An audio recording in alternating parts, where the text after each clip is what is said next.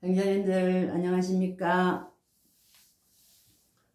지난번에 이어서 80권 하엄경의 52보살기에 대해서 설법했습니다.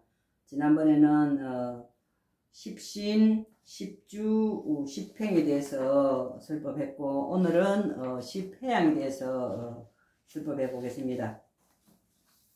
십회양이라는 것은 불가를 향해서 나아가는 도달하려는 지체계를 이야기하는 것입니다. 십회양의 첫 번째는 일체 중생을 구원하는데 가깝고 먼 것이 없이 평등하게 대하는 것입니다. 두 번째, 불계회양이라는 게 있습니다.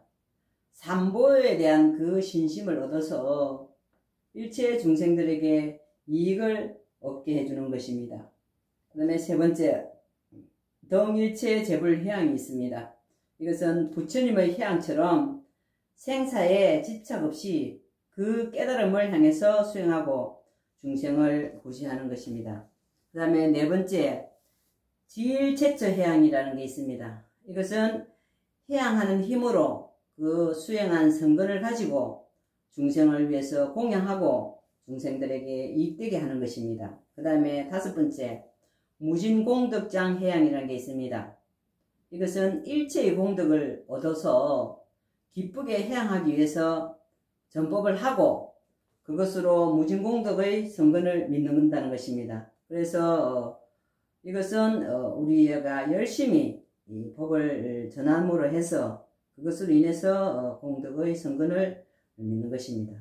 그 다음에 여섯 번째, 입일체 평등 성근 회양이라는 게 있습니다. 이것은 수행해서 그 베푸는 성근을 회양해서 부처를 이루기 위해서 지켜지고 그 모든 수행은 일체 성근을 이루는 것입니다. 그 다음에 일곱 번째, 덩수순일체 중생 회양이 있습니다. 이것은 점점점 성근을 더욱 정장시켜서 이것을 일체 중생들에게 이익케 하여 회양하는 것입니다. 우리 행자님들을 비교하자면 일체 모든 중생들에게 법을 전함으로 해서 중생들에게 그 법의 이익을 얻게 하는 것, 이것을 중생들에게 회양하는 것입니다. 그 다음에 진여상 회양이라는 게 있습니다. 진여상 회양이라는 것은 진여의 참된 성품, 그 마음에 따라서 이룬 여러가지 성근으로서 참된 성품으로 회양하는 것입니다. 그 다음에 무착, 무박, 무착, 해탈 회양이 있습니다. 무박, 무착이라는 것은 일체법에 집착이 없는 것입니다. 속박이 없고 집착이 없는 것. 그래서 해탈심을 얻어서 그것으로서 회양해서 우리가 보현행을 실천해서 일체 모든 덕을 갖추는 것입니다. 그 다음에 열 번째, 입법계 무량 회양이라는 게 있습니다. 이것은 끝없는 일체의 법을 성근으로 이것을 향해서 무한한 그 진리의 세계로 들어가고자 원을 세워서 하는 것입니다. 이렇게 해서 십회양에 대해서 설법을 하고 그 다음에 보살의 수행 단계, 이것은 십지보살이 있습니다. 이 십지보살행은 대승의 불교 가르침에서 해탈해서 영원한 열반에 이를 수 있지만은, 영원한 고통이 없는 영원한 열반에 들어갈 수 있지만은 일체 다른 고통받는 중생을 구원하기 위해서 우리가 자신의 그 열반을 미루는, 연기하는 보살의 수행 단계입니다. 그래서 십지경에 있는 것으로서 낮은 것에서부터 높은 단계로 오르는 것입니다. 이 십지보살, 이것은 우리가 전생부터 여기까지 올 때까지는 전생에 우리는 기억을 못하지만은 이 생에 와서 법화경을 전하는 이것이 우리가 전생에 수행해서 영원한 열반에 들 수 있었을 것으로도 믿습니다. 그렇지만은 일체 중생을 구원하기 위해서는 법을 전하는 일에 앞장서야 하겠다는 그 보살 힘으로 자신의 열반을 연기해서 보살의 수행을 완성하기 위해서 우리는 열심히 법을 전하는 전법자로서의 행을 하는 것입니다. 그래서 이 십지보살의 첫 번째는 환희지로서 첫 보살의 길을 시작하는 단계로서 다른 사람들을 깨달음으로 가게 하기 위해서 도움을 주는 그 생각이 자신의 기쁨으로 가득 차서 그 행을 하는 것입니다. 이게 뭐냐면 전법을 하는데 너무나도 기쁜 것입니다. 다른 사람이 법을 받아들여서 아이고 열심히 한번 해보겠습니다 하는 거, 그것이 곧 나의 기쁨이 되는 것입니다. 이럴 때 우리는 환희지로서 이럴 때 견옥이 끊어지는 것입니다. 그다음에 두 번째 이구지로서 이때는 계율을 잘 지킵니다. 계율을 지켜서 그 마음의 이 번뇌의 때, 누진의 때가 벗어지는 것입니다. 그래서 이럴 때는 이구지에서는 속이 끊어지는 것입니다. 그 다음에 세 번째 명지. 이 명지는 부처님의 참된 진리에 의해서 그 지혜의 밝은 그 빛이 스스로 이제 발하게 되는 그 경지인 것입니다. 그 다음에 염지라는 것은 선행의 그 불로서 악한 욕망과 어리석음을 태워버리는 것입니다. 우리가 전법하고 또 일체 중생들에게 보시를 베푸는 것이 우리가 마음속에 있는 욕망, 담, 진, 치 이 삼독심을 선행을 함으로써 그 담진치 욕망에 쌓인 것이 다 어리석음과 담심과 화내는 마음, 이것을 태워버리는 것과 같다. 이것이 이 염지인 것입니다. 우리가 수행하면서 담심과 치심은, 탐냄과 어리석음은 천천히 자신을 태울 수 있지만은 이 진심이라는 것은 정말로 경계해야 될 부분입니다.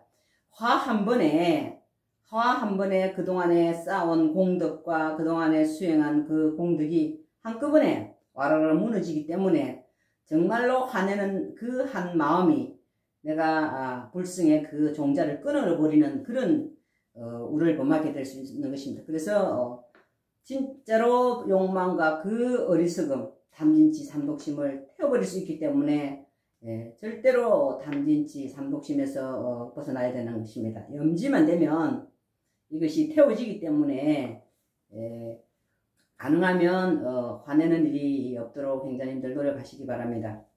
그 다음에 난성지에서, 난성지는 우리가 열심히 수행 정진하다 보면 선정을 충분히 닦아서 갖추어져서 어떠한 유혹이나 방해가 있어도 무너지지 않습니다. 우리가 수행하다 보면 하기 싫고 주변에 경계가 오고 마장이 오고 하다 보면 하던 공부 내던지고 엉뚱한 짓 하지요. 그렇지만 이 난성지까지 가게 되면 그 선정이 충분히 닦여졌습니다. 갖추어져서 어떠한 방해가 있어도 마장이 있어도 절대로 퇴진하지 않고 무너지지 않는 것입니다. 이게 난성지입니다. 그 다음에 현전지 있습니다. 현전지는 이제 수행이 더욱 깊어져서 그 연기에 대해서 통찰하고 열반에 직면하는 경지입니다. 모든 것이 끊어진 상태, 여기에 직면하는 경지까지 올라간 것입니다. 그래서 우리가 경과 율과 논에 달통하면, 경율론에 달통하면 초지에서 육지는 가능할 수 있습니다. 열심히 수행하고 자기 마음자리 알아서 담진치 그 번뇌 어리석음에서 벗어나고 그 다음에 선정을 충분히 갖춰져서 어떠한 경계가 있어도 회전하지 않고 이런 것은 가능할 수 있습니다. 초지에서 육지는 가능하지만은 7지 이상은 좀 힘듭니다. 그래서 이 7지 이상도 이 중생을 위한 그 노력하면 중생을 위해서 4가지 사무량심이 있죠. 사무량심을 갖추어져야 7지 이상은 나를 떠난 일체 중생을 위한 사무량심이 마음에 갖춰져야 이것은 가능하다는 것입니다. 그래서 어렵다는 7지부터 설법해 보겠습니다. 7지는 원행질에서 너무 광대무변한 그 진리의 세계를 실제 있는 그대로 깨뜨려 볼 수 있는 경지입니다. 이 광대무변한 부처님의 진리 세계를 우리가 어떻게 알 수 있겠어요? 그렇지만은 수행을 하다 보면 부처님의 그 진리라는 것이 바로 이런 것이구나 하고 작지만은 어렴풋이 우리가 꿰뚫어 볼 수 있는 경지로까지 갈 수 있다는 것입니다. 그래서 이 원행지는 우리가 모든 탐진치에서 벗어나고 또 중생을 위해서 마음을 내고 전법을 실천을 하고 보시행을 실천한 그 경지에 가야 이 원행지를 볼 수 있는 경지에 이른다는 것입니다. 그 다음에 8번째 부동지. 이 부동지가 정말로 힘든 건데 그 부동지에 올라가면 번뇌로 그 탐진치 삼독신 번뇌로 그 마음이 절대로 이제 흔들리지 않습니다. 흔들리지 않고 이 보리심이 부처님을 향한 보리심, 중생들을 위한 보리심, 이 보리심이 자연스럽게 마음 저 밑바닥부터 용출되는 경지, 이 나라는 그 상이 없어지는 경지. 그래서 일체 중생들에게 향하는 그 흔들리지 않는 마음, 그 보리심이 자연스럽게 불성의 종자, 불성의 씨앗에서 자연스럽게 용출되는 그 마음의 경지, 절대 부동지에서는 대전하지 않습니다. 그 다음에 선해지. 선해지라는 것은 어떤 것에도 걸림이 없습니다. 그래서 통달하게 됩니다. 그래서 자유자재한, 관자재한 그 지혜를 얻어서 설법교화가 자유자재하게 되는 것이 경지인 것입니다. 그래서 우리가 한 개송이라도 외워서 법을 전할 때 한 개송이라도 외워서 중생들에게 전하라는 것은 설법교화가 관자재가 되어야 되기 때문에 그런 것입니다. 이게 선해집니다. 그래서 설법하는데 어떤 것에도 걸림이 없는 것입니다. 그래서 그 부처님의 이 지혜를 얻어야만 설법교화가 관자재가 되는데 우리가 그것을 얻지 않더라도 한 개송이라도 몇 개송이라도 외워서 법을 전할 때 일체 다른 사람들한테 한 개송이라도 설법을 해주라는 게 되는 것입니다. 그게 연습이 되다 보면 나중에는 거리낌 없이 통달자재한 그 설법교화가 된다는 것입니다. 그 다음에 10번째 법운지. 이 법운지는 이제 법신을 완성해서 몸은 이제 허공과 같이 걸림이 없습니다. 그래서 그 부처님의 그 지혜는 큰 구름이 돼서 일체 모든 중생들에게 똑같이 우리가 법화경의 약초유품의 그 법비처럼 비를 골고루 내려서 중생들을 구제할 수 있다는 경지입니다. 법운지가. 법운지가 이만큼 올라가기 힘든데 우리 행자님들은 일체 중생들에게 지금 법비를 고루고루 내려주고 있잖아요. 우리나라를 비롯해서 여러 나라에다가 중생 구제를 위해서 똑같이 우리는 법의 구름이 돼서 똑같이 중생들에게 법비를 내리는 것과 똑같다. 이게 법운지인 것입니다.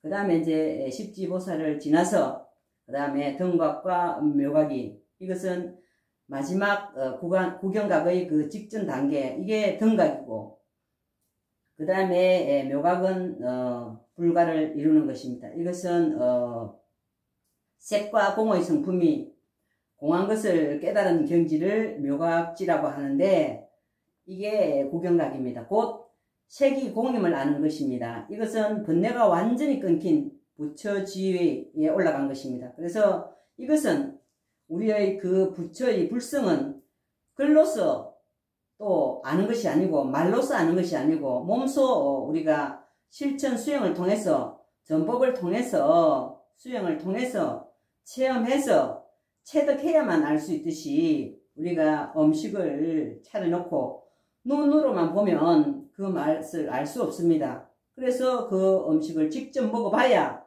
맛을 알 수 있는 것과 같이 우리는 법화경의 수행을 통해서 음식의 맛을 보고 일체 중생들에게 전함으로 해서 몸소 체험을 할 수 있는 것과 같다는 것입니다. 그래서 오늘 하엄경의 52보살계에 대해서 이와 같이 설법했습니다. 우리는 법화경을 수행하는 우리 법화 행자들은 이렇게 어렵고 힘든 단계를 안 거쳐도 벌써 법운지에 올라간 것 같이 수행을 통해서 우리가 중생들에게 똑같이 이 법비를 내려줄 수 있고 법을 줄 수 있고 또 수행을 통해서 우리가 아는 만큼 일체 중생들에게 설법해주고 보시행을 실천하고 법을 주고 하는 이 법화 행자들이야말로 우리는 내 불성의 씨앗을 점점 개발해서 완성하는 것입니다. 그래서 끊어지지 않게 하라 부처님의 칙명이 있었기 때문에 우리 행자님들 열심히 노력해서 일체 중생들에게 똑같이 이 법을 나누어 쓸 수 있게 중생들에게 내려줘야 한다는 것입니다. 그래서 우리 행자님들 열심히 수행해서 전법하는데 최선을 다해야 하겠습니다. 오늘은 여기까지 설법하겠습니다. 매범연화경